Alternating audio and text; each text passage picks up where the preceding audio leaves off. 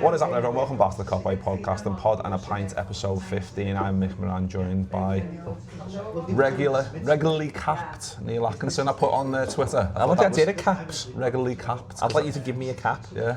Well, you should have got not the one you've got on, like one that's embroidered and put a number on the back, a number 4 with the logo and all. Yeah. A little tall logo on the other side. That'd be lovely. Just all logoed up. You sound that, wouldn't it? Match ball, maybe. I should have done match balls, but you'll have like several match balls. So. Yeah, but I'm knocking around ours. Yeah, doing everyone's just flyaways all over the floor. Do you know what I mean? It's not worth it, is it? Beach. Almost like wedding anniversaries, the level of the ball becomes the heavier the ball, the more you've done it. And then you see a beach ball, you think of Pepe Reina, and then you get into all like those realms again. Those realms again, yeah. One of the funniest goals. It's not worth it, but yeah, you've just got back from. We've trying to not make Neil yawn. Yeah, I'm a bit jet-lagged. Been to Australia, so landed back Tuesday. Really good time. Everyone who came to the shows, it was brilliant. Landed back Tuesday, and now it's Thursday, and bit of a rocky night last night in the end. I've sort of lost the pace of it, but I'm optimistic that tonight's the night we're going to get back on track to normality. Yeah. Back to like ground zero, as it were. Yeah, I've got a bit of a plan for like a 9 p.m. bed, 6 a.m. up, and we'll go from there. Just go from there. Yeah. But how was it then? Because I saw like some clips. You've done like a few. It's great, yeah. Got like a little studio. You've done like some of the shows on it. So we did one show in a podcast studio in Perth. That was great. Really good. They were sound people, and then but everyone who came to the shows was really good. We watched the final over there, which was obviously not great. Yeah. And the oddest thing wasn't so much the staying up, which we were quite good at for kick-off. It was that the final whistle goes at 5:30, and you've got all this adrenaline, and you don't know what to do with it. Yeah. And then it's 10 a.m. for me. I was then lying awake at 10 a.m. still, and I've not got my head down at all. That's disgusting. That was really. I haven't got beat, especially. That's disgusting. Yeah. Because if you win, you can power through and just go, fuck it. Few drinks, you're still out until 10 o'clock, and then you're going to go to bed. And but exactly. That was not on the cards for us. Okay, now. Tough trot. Yeah, but enjoyable trip and obviously great trip. Yeah, and the shows were great, and as I say, everyone who came to them was brilliant, and loads of people helped us, so thanks to them. Yeah, massively. Opening question. I've started to get a few. Some of them heavier, some of them not. So I always give the option to the guests now. Yeah. Are we going heavy or are we going light? Light. Judging on what you've just told us in terms of like being around the other side of the world, light is the way to go. So this is from Martin. What's your first ever memory of being an LFC fan, and something that sticks into your mind to this day, or to your memories to this day? It's my first game when I was 5. Went to Birmingham City at home in 85-86. Gary Gillespie scored a hat-trick. I can still remember a couple of things from the game. I can remember us not knowing who'd scored at the Cop end because we were in the Anfield Road. I can remember Gillespie getting a tap in at the Anfield Road end, and then he scores a penalty for the 5th. So they were 4-0 up, and we get a late penalty, and the Cop chance for Gary Gillespie to come up, and Gary comes up and scores. But there's like an adjunct to this which is a bit heavy, which was about 10 years ago now it must be. I was doing a bit of work for an American magazine as a stringer, which is where you go and follow up on an interview to ask another couple of questions. Yeah. And I was asked to go to Gary Gillespie's house in Southport. So I was living in town at the time, went up to Southport, got the train up, got to Gillespie's gaff. He invited me in, lovely house. And as I walk in, on the right is the ball from my first game, signed by all the players. Wow. And I almost had like a Don Draper in Mad Men breakdown, staring at the ball. And Gary, who's just let me into his house, was wondering why is this man standing. Yeah. I was just there, and he goes, "Oh yeah, that's the hat-trick ball." And I said, "No, I've guessed it's the hat-trick ball." Yeah. Did you tell him the story? Yeah, I told him the story, and I think he might not have enjoyed the intensity. He didn't tell you that you can have it like that. No, he did not tell me I could have it. But he was dead sound, and he drove me back into town afterwards. We had a great chat. He was really good company. But yeah, so seeing years on that ball was pretty heavy. A few weeks later we played the final, 85-86. I think I can remember that. The reason why I'm quite sure I can remember the Birmingham game, I don't think it's an invented memory, is because I don't think I've ever seen the highlights. If you know what I mean? So I don't think I've ever got a version of it that isn't me at the Anfield Road raised up. So I think I've got that in my head. I think it is legitimate, because obviously, we can't remember very much when we're 5 years old, but I think I can remember that. Belter. Well, the nice one, Martin, for that's for the question. He was dying to know, so there you go, Matt. You sorted. Not much has happened, Neil, big news-wise, lately, transfer news and speculation to Real Madrid. Not much has happened. So we're going to move on to Gerald Quansah to Newcastle. No, we're not. We're going to start with Trent Alexander-Arnold. We'll get on to Quansah in a minute. On one of the earlier shows, like you've been on 4 times now, so one of the earlier shows you said, I think it might have been the first one you were on, which is the 2nd episode, you said quite categorically that you think Trent's going. And whilst obviously it's still not concrete, as it were, from what we've seen over the last 48 hours, it's looking that way. Well, I'm not less convinced. No, exactly, yeah. No, I think he is. I think it's been on the cards. I think it's been sort of out in the ether that he wants to go. He's in a position to go. You know, this is the big thing. Players get to have agency and get to choose. I think it's a shame because I think what it does is it moves him from a place of adulation and adoration to just a place of admiration. Yeah. You know, and they may sound like 3 similar words, but they're not. They're quite different. I think any of them. So let's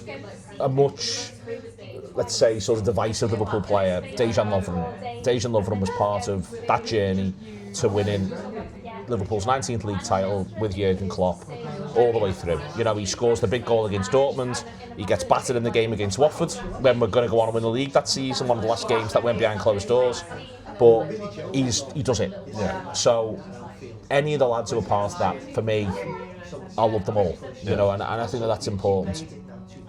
What Trent Alexander-Arnold, by virtue of going to Madrid, does is he does turn himself into being one of the gang that did the incredible things. One of the best players you've ever seen play for Liverpool, no shadow of a doubt.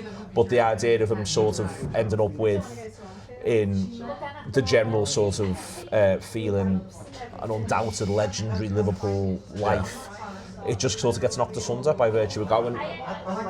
But he might not care about that, and it's all right for him not to care about that, by the way. We haven't got to hold everyone else to our expectations or to our wishes if he feels as though that's what he wants. But then the flip side of that, though, is he can't then hold everyone else to his expectations and values. Yeah. If some people are pissed off about it and feel as though he's let the side down and don't like the way in which he's spoken about various things to then go on and do this, then he's got to cop for that criticism. Definitely. No one comes out of these things clean.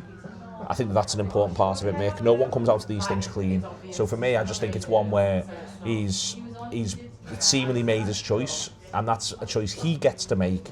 But the ramifications of that are that you're giving up things to take other things on. Yeah. So hopefully he enjoys it. I wouldn't wish him, in the same way I wouldn't wish any of them who've been part of this journey any ill will at all. That people get to choose how they want to live their lives. It's just that therefore they've got to accept that other people have opinions about that. Yeah, and strangely it was former Tour employee Harry Pryor who done that interview with him, where he was talking about what he wants to do next, and he got talking about the Ballon d'Or and stuff, and people have been referenced that in terms of him not maybe talking about Liverpool as much, obviously saying he got asked about Liverpool captain, he was like, well, that's not my choice, so I'm going to put that to the side. And it wasn't like he brushed it away, but it was more like he was focusing on the Ballon d'Or stuff, which might have surprised. I think it surprised me a little bit that he didn't go for the more team-oriented stuff. But also, the Ballon d'Or's not his choice either. You know, if you want to put that out, it's what it's saying. You know, it's like a singular thing that he's aiming for, isn't it? But I think I'd argue that's really just a bit mad. Yeah. In that if Madrid do well enough that one of their players is winning the Ballon d'Or, I would presumably one of the lads who play in attack. Yeah, exactly. Because that's the way in which it normally goes. Yeah. Unless there's some sort of grand plan for him there that we don't know about yet, and it might be that, it looks like Ancelotti might be moving on. Everyone thinks it'll be Alonso, so maybe there is going to be a thing where he's going to end up in that conversation somehow. I just don't quite see how. Vinicius Junior hasn't won it yet. Bellingham hasn't won it yet. Rodrigo hasn't won it yet. Has Mbappe won it? I think he might have won it 1 year. I'm not sure, maybe. Yeah, once. Yeah. And he's there as well. And that's before you get to other players, other really good players that Madrid have got going right the way through that squad. But if that's what he thinks, if he thinks that's likelier there, great. I don't like it. I'm not asked about Salah winning it. I'm not. I don't care. If it's a byproduct of Liverpool doing really, really well, that one of Liverpool's players wins the Ballon d'Or, then great. But genuinely, it does not matter to me culturally in the slightest. I want Mo Salah to be happy, don't get me wrong. Yeah. But genuinely, it's almost irrelevant to me. I can't think of when I've particularly cared about it. I mean, I don't like awards full stop. I think the reason why I really like sports, frankly, and really like football is, so Anfield, I mean, you ask people who I have to put up with me in work. The Anfield Wrap's won awards, and it's always nice, but like, I don't think you can make a coherent argument that the Anfield Wrap is better than a podcast about Doncaster Rovers, because we're doing two completely different things. But it's nice. But, so it's nice to win these things, but I just feel as though the good thing about sport is there's a contest, and then the winners win. Yeah. You know what I mean? Like, it's definitive. You get to see it there and then, and it might be that on the day, one side might be lucky, but they still just win a game. Yeah. And then that makes much more sense to me than something that's voted for, or something that's chosen by a panel or something like that. Like, it doesn't. I don't buy into there's not an inherent virtue to that as far as I'm concerned. Yeah. So Trent Alexander-Arnold, I think, has been the best right back I've seen play across the last 6 or 7 years. Just one man's view, but that's still not the same as being the league winning right back when you get to lift the trophy. Yeah. Kyle Walker's got to do that a bit more. Yeah. Reece James has never got to do it at all. You can sort of go through this, but getting to lift the trophy is the best bit. I don't quite understand wanting to put awards that are not the same as the award in. Like, it makes sense to me if you were a wrestler, because wrestling is scripted. Yeah, so if someone said you were the best wrestler of the year, but you might not have the belt, well, it might not be your turn to have the belt because there's a different plan, but it might be that you played your role in the world of wrestling brilliantly. That makes more sense to me than caring about the Ballon d'Or. Yeah, because it's like you said, it's a byproduct of your team doing well generally. So you should be aiming for the team stuff. Like, the cliche stuff is, I want to win this and this, but if I win the individual awards as an extra, that's a bonus. Well, genuinely my favourite, because it's a really sad picture, but my favourite Salah picture is the picture of him crying holding the golden boot when we don't win the league in 21-22, because he really wanted to win the league. Yeah. He thought he'd scored the goal that had won Liverpool the league. Yeah. And if that therefore leads to me holding the golden boot as well, but I've got the trophy. Yeah. Amazing. Yeah. But that's not what it was. It was instead the thing that we've all worked hard for, we've not got. But I've got this, but I don't really care about this in this moment, because what I wanted was the thing that we've all... Yeah. But listen, I don't know. We're all different again, so that's the same. Again, in the same way that the previous conversation becomes different people have got different priorities. I have no interest in that thing. If a footballer has, then who am I to say? Have you saw the thing today with I think it was the overlap, and it's Neville talking about like Liverpool, and he's talking about like Trent and how much he's loved and stuff, and he's like, is this what Carragher's trying to say to him? They all fucking hated me for years, lad. Yeah. He's like, if you've done a poll now, like Owen and Trent would be in a similar position. It's like, and then Carragher was saying, well, do it pre the Real Madrid rumours. Trent's been adored and loved and adulated by everyone. Liverpool fans, obviously mostly, since his debut. Like, we've been talking him up, saying he's the best thing since fucking whatever. And just because this happens, obviously that's going to taint it, like you said. But it doesn't mean that, like, I don't know, I think Neville having a say on things like that, and Carragher was kind of saying that, you've got to, like, have lived it in a way and be it in and around it. I've only seen it as a clip, but what Carragher's also genuinely trying to say was, it was dead hard for me until I was about 28. Yeah. Because it was. Loads of people didn't like Jamie. Loads of people didn't like Jamie playing, especially didn't like him at full-back. It becomes a little bit different when he moves into centre-half. But even then, every year, there was Liverpool supporters, Scousers, who wanted Carragher out the team. Yeah. I think you see Curtis Jones has had a bit of that. I think that, it can be hard to be from Liverpool. And the same way, I think it's been hard for some Everton players, and we laugh at the Blues, but we have to remember we are in some ways similar to them. I think that when you are from the area, you end up at times with greater expectation, and then you seem to fall short, and then the criticism all becomes greater. I think Trent's had a really, really good ride from Liverpool supporters. I think they backed him when it's been hard. I think everyone's understood how talented he is and how brilliant he is, and I think he's been held in genuine affection. And I saw the line where Carragher went, well, there's a mural of him, and Neville went, there's a fucking mural of everyone. But the point is that I think that was either the first or second mural, was the Trent Alexander-Arnold one. Yeah. It was one of the ones that set the tone in terms of this is a new thing. This is but for him, because he was loved and adored, and he was loved and adored. Like, everyone loves the picture of him sat staring at his Champions League medal on his own in the tunnel. he was loved and still is loved by some people and will be loved. And as I say, all the lads who contributed to that first league win should be loved. But the unbelievable amounts of levels of affection for Trent Alexander-Arnold, whilst also still saying, yeah, sometimes it is harder for all players from Liverpool. There's no shortage of those stories where that's been harder. The slightly odd thing with Trent and where you categorise him with Owen, I think one of the reasons why people didn't take against Owen but never took to him in quite the same way was he felt a little bit like England's Michael Owen, who plays for Liverpool, rightly or wrongly. Yeah. The thing with Trent is that he's had a terrible time with the national team. Yeah. Everyone's been a prick to him. Yeah. And we've clutched him even tighter off the back of that. Yeah. And so, you know, that's why I wouldn't sort of group him with Owen in that way. When Owen was still playing for Liverpool, and also because it felt like it was him or Fowler and that became a thing, that was a tougher thing, and it's a more complicated conversation.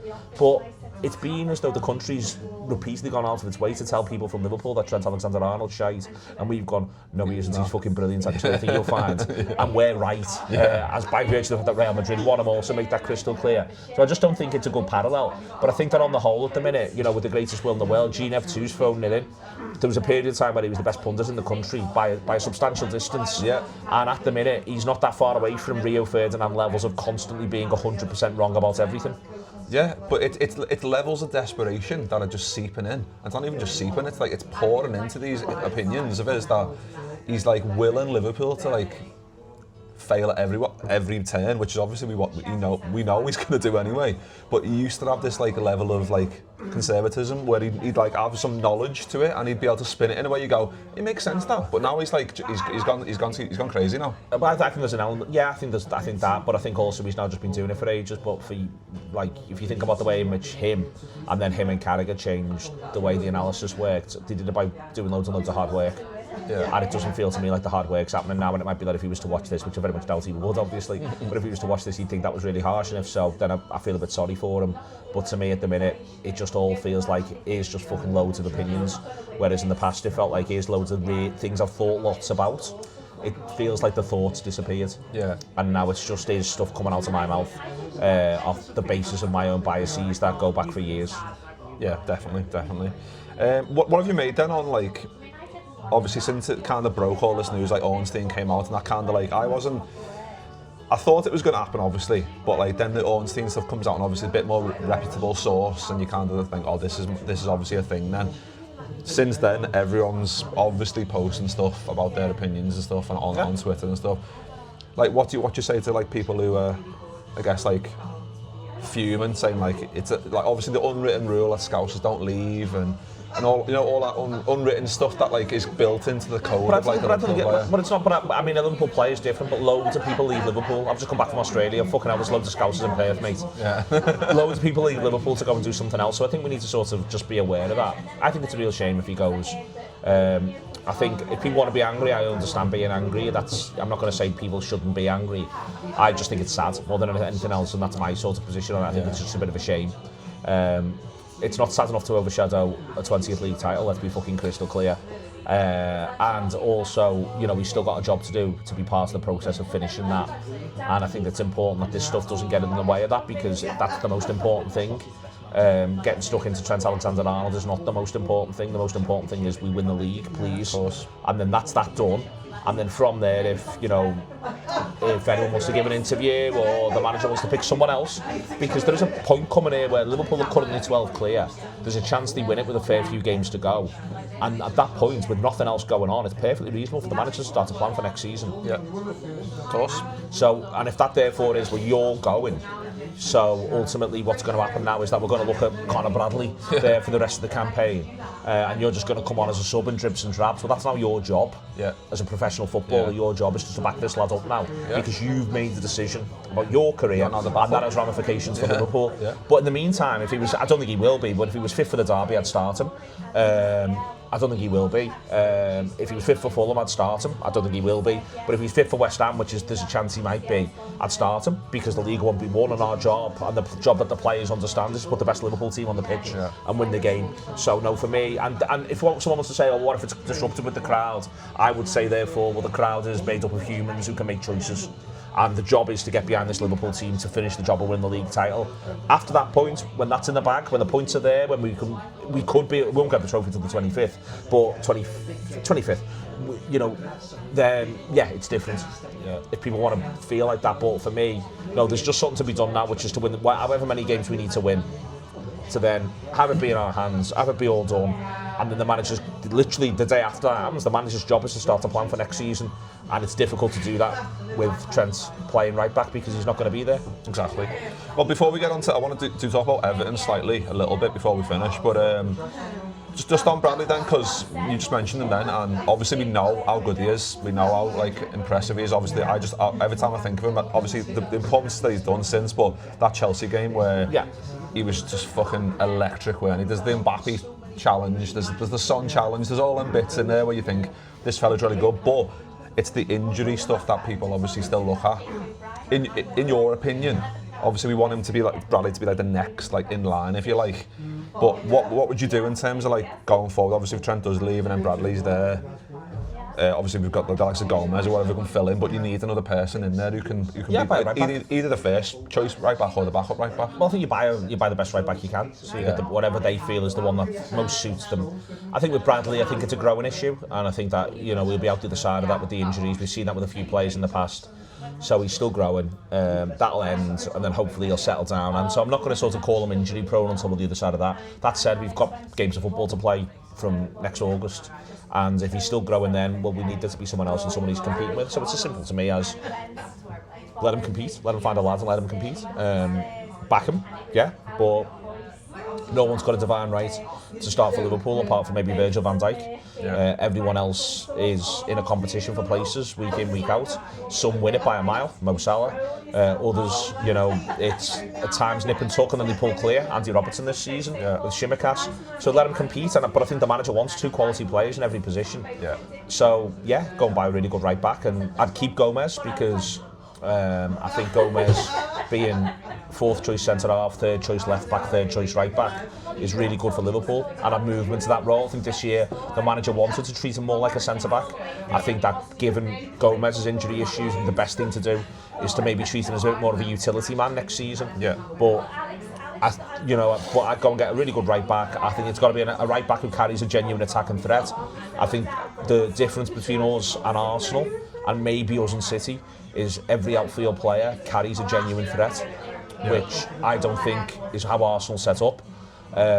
From open play, every outfield player carries a genuine threat. That's what we're about. So I'd go and get a really good attacking right back and I'd let him compete with Bradley. Any thoughts on who you think that might be? I think it will be Frimpong. I'm not that into it. Because I'd quite like him to have played right back, frankly, rather than right wing back / right winger. But I think it will be him, and then we'll just go from there. But I trust the manager to coach, and if that's the one they've decided on, I just wondered if what Frimpong could be is a good bridge to have someone to compete with Bradley for a couple of years before you end up with a finished Bradley, and then maybe Frimpong moves on. I also think he offers you the ability to play 4-2-3-1 with him on the right-hand side. Next season, Salah's going to AFCON. Got to be conscious of that as well. We need a plan for that, but I don't think we need one plan for that. We need three, because you need to know where your fitness is. You can make a plan where you think, oh, it'll be Frimpong if you were to buy him, but what if he's just injured at that moment? So you need to have contingencies. So it's not an idea of one plan without Salah. Three contingencies for the period of games without Salah will be important. So I think it will be him. The release clause makes sense. He's also homegrown because he came through at Manchester City. So I think it will be him, and I think that Liverpool might already know that, to be honest with you. Yeah, and then I mentioned it before, jokingly, like Quansah, like that those links surprised me a little bit. I'm sure they did with you as well, like £30 million link with Newcastle. Doesn't surprise me in the slightest. Doesn't surprise you? No, I think you should go. Okay. I don't think he's going to be a starting centre back for Liverpool, and I think that if Liverpool retain Van Dijk and Salah, the sporting director has got two jobs this summer. One is to give Slot the best possible chance, obviously, to go on and retain the title and win the Champions League. But the other job is, I think, to begin the process of getting Liverpool ready, and this is going to freak people out when I say it, for the start of the 27-28 season. Because presumably Salah and Van Dijk are doing 2 more years.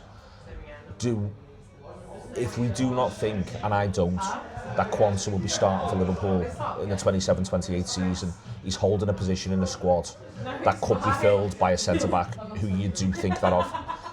If you're going to have a first-choice centre-back partnership and the manager wants stability at centre-back, he's not one for rotating, we've seen it all year, then you need your third one to be someone who you believe in as a long-term thing, and not a bit of a fella who you think, yeah, he's quite good and can fill in. I don't think, and I could be wrong, but I don't think Schlott thinks Quansah is starting for Liverpool 27, 28. Yeah. So I'd move him on and get someone else in who you do think that not that will inevitably happen, but someone who you give a fighting chance to. Yeah. So, and I think that Newcastle seem interested in. He's got really good experience for a young player. He's got Champions League experience. He did well for us the year before. Newcastle have got an issue. They need to buy a centre-back. He's also homegrown from their point of view. 30 million feels perfectly reasonable. Liverpool might want a bit more. They sold Vandenberg for 27, so they might think Quansah with all his experience might be 35 or a bit more. But I think Liverpool, I'm not surprised, and I think it's also good for Quansah. He goes to Newcastle, and the first thing he gets to do is to start. And then suddenly you get to the end of his first season at Newcastle, he's got 30 starts, playing centre-back. Champions League, if they qualify, Europe at least, which they'll definitely play, and then league games, and there he is. He's a better player for that, because the other thing is, I don't think Quansah develops now without regular first-team football. If Quansah was, I think there's an argument Quansah goes out on loan. If we're not going to sell him, I think there's an argument he goes out on loan next year, because he needs to play week in, week out.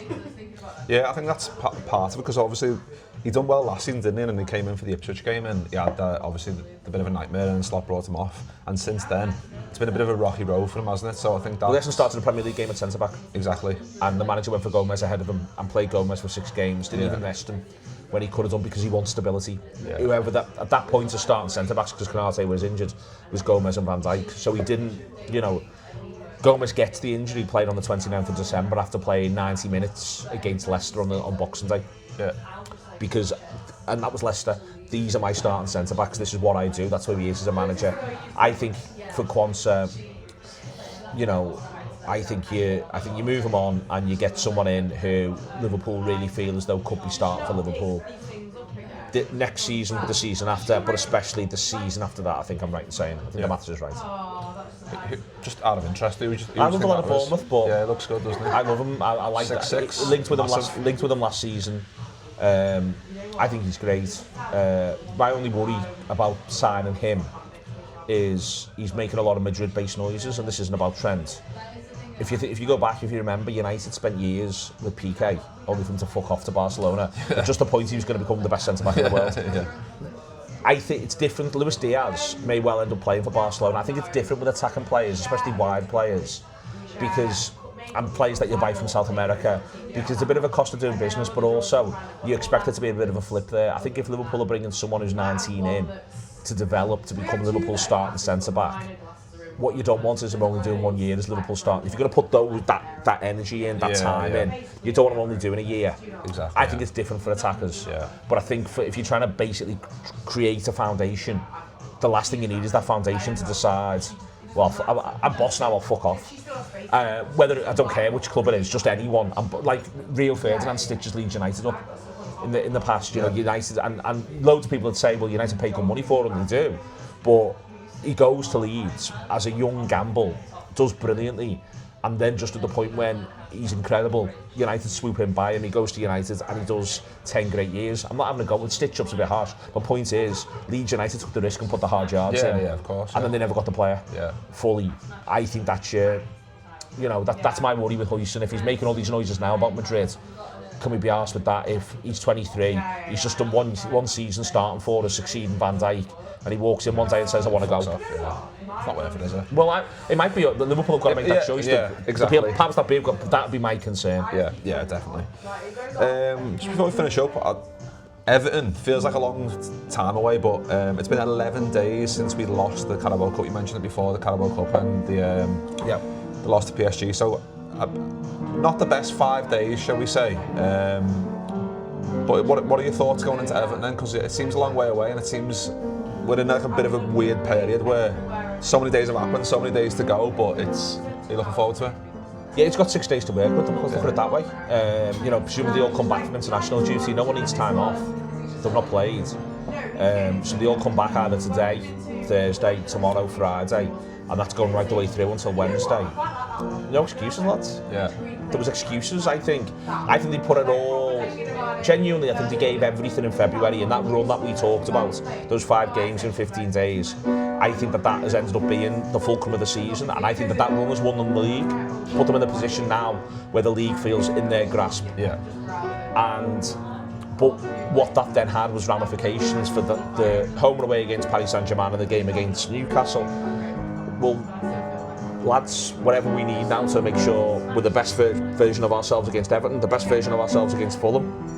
And then it's a week game. You know, you get to the side of Fulham, it's a week between matches from now until the end. So there's no excuses around tiredness, no excuses around freshness. But I'd argue that now for Everton, you know, he might give 1 or 2 of them an extra day off, depending on travelling and all that sort of stuff. But from the very latest Saturday, all they're working on is how do we beat the Blues? How do we beat the Blues? And that's all I want. How do we beat the Blues? How do we beat Fulham? And if they take 6 points from those 2, midweek then Arsenal have got Real Madrid, and you're in the teeth then of Arsenal feeling a bit like Christ. They're not stopping. We've only lost 1 league game all season.